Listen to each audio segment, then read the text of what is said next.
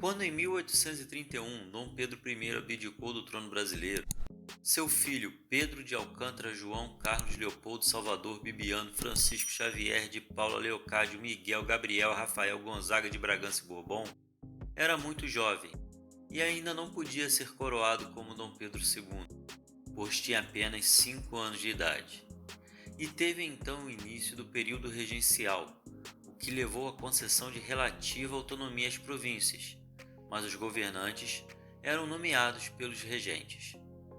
Nesse período, os movimentos separatistas ganharam força e em 6 de novembro de 1837 eclodiu na Bahia uma revolta liderada por Francisco Sabino Álvares da Rocha Vieira Barroso, um médico, jornalista e republicano, e pelo advogado e político João Carneiro da Silva Rego. Eles angariaram apoiadores divulgando seus ideais através de jornais e visavam instaurar a República Baiense. A revolta, comandada por Francisco e João, ficou conhecida como Sabinada. A Sabinada estava associada à circunstância social da Bahia nos anos 1830, que passava por uma crise econômica devido à oferta do açúcar no mercado internacional vindo de outros locais produtores. Na noite de 6 de novembro de 1837, em uma madrugada violenta, revoltosos conseguiram dominar os soldados ligados ao governo central e tomaram o forte de São Pedro em Salvador. E na manhã do dia 7, Francisco Sabino e João Carneiro lideraram os rebeldes que invadiram a Câmara Municipal de Salvador, proclamando a República Baiana, que tornava a Bahia livre e independente do controle imperial. No mesmo dia 7 de novembro, ficou registrado na ata da Câmara Municipal de Salvador que a Bahia inteira estaria desligada do governo central, no Rio de Janeiro. E no dia 11 de novembro, foi registrada uma emenda que dizia: a Bahia fica desde já separada e independente da Corte do Rio de Janeiro e do governo central, a quem desde já desconhece, e protesta não obedecer nem a outra qualquer autoridade ou ordens dali emanadas, enquanto durar somente a menor idade do senhor Dom Pedro II.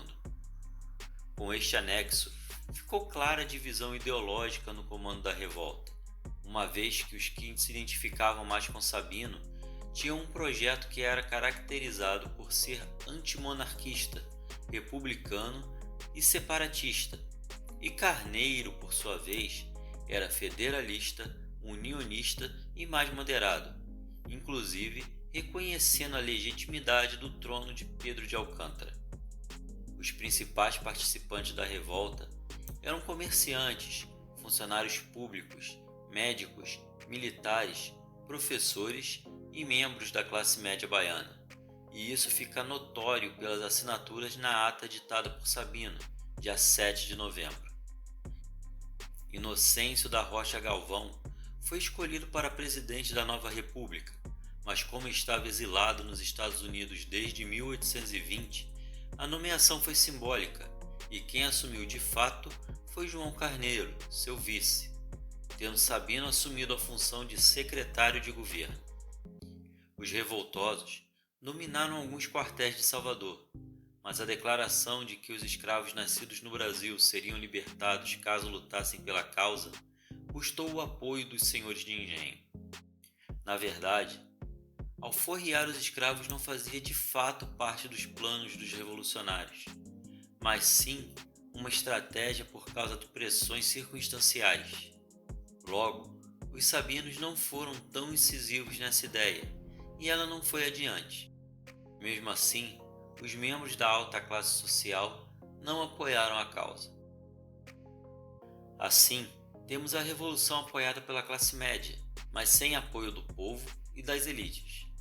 Com isso, o então regente imperial Araújo Lima organizou as tropas imperiais em um cerco terrestre e marítimo, que culminou em uma ofensiva que durou 3 dias, de 13 a 15 de março de 1838, liderada pelo comandante Crisóstomo Calado, que usou de extrema violência, e durante a repressão, Muitas pessoas que inicialmente não eram envolvidas com a revolução foram obrigadas a enfrentar o exército imperial para se defender.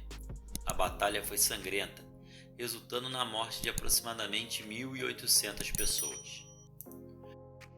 Como punição, os líderes da revolução foram condenados à prisão perpétua, mas as penas acabaram sendo amenizadas. Sabino foi julgado, mas conseguiu refúgio até sua morte na fazenda Jacobina, na província do Mato Grosso.